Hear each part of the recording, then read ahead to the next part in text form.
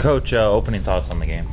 Well, it's a battle. I mean, beating a great program like Mesa here, obviously very, very tough to do, and we knew that. For a Bush League program like ours to be able to come in and do that is a pretty big deal to us. So I was really proud of my guys. I thought there were lots of big points in the game. I thought when Dylan Becker, came in there with the bases loaded and one out to throw the one pitch and get the double play was huge. After we were up 7-1 to sort of quell some momentum because, it's been obvious in watching this tournament that those guys don't quit. And they were going to make a run at us, and we knew that. And then I thought Matt did a great job of just limiting the damage to 1 inning.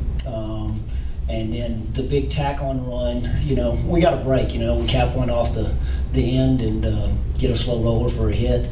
And then Steve, he fell apart a little bit around him, but he's pretty solid. Questions? Just a little bit on Steve in that battle right there with Wallingford. That's a pitcher of the year, player of the year. Yeah. So Steve, just in that moment, what were you thinking, just going up against him and then also the final out to get the win? It was just make your pitches. I wanted to leave it all on the field and make sure I threw everything I had. If he was going to beat me, I was going to tip my cap, but I wasn't going to give it to him easy. And I just made sure to execute what Coach called. It's been working all year, and I stuck with the game plan. When he hit the ball to the wall, you're probably thinking at least he hit it to the deepest part of the field.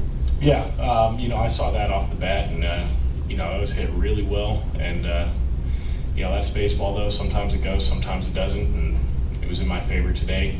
There's been times where it does sneak over the wall, but definitely made sure not to leave any balls in the zone when I was ahead. After that, that was not a great feeling seeing that off the bat. And that kid did a good job of hitting.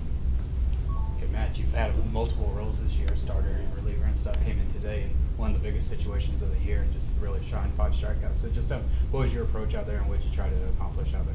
Well, we had a 7-run lead, so I figured I could give up 1 run. I'm sure our hitters would have tacked on more, and went out, gave up the 1 run in the first 2 innings, and then threw up a 0, so that kind of helped us. So give us a little bit more leeway to work. So, Coach, you never really let Mesa get any kind of inning going. You gave him, 1 run, Right. 1 run. Obviously, your defense did enough to keep it in, and obviously your pitchers. Yeah, it's something we preach in the fall.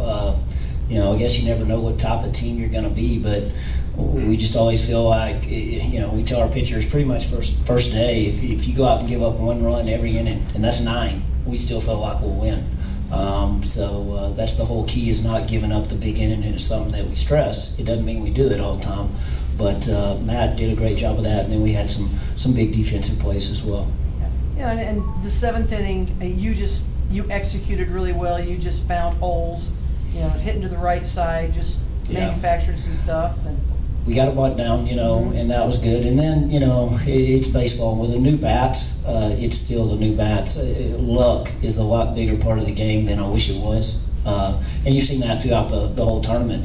Games have turned based on balls that beat somebody on the fist and they get an infield single or bunts, and it's gotten better with the new balls, but it's not as fun a game to watch, in my opinion.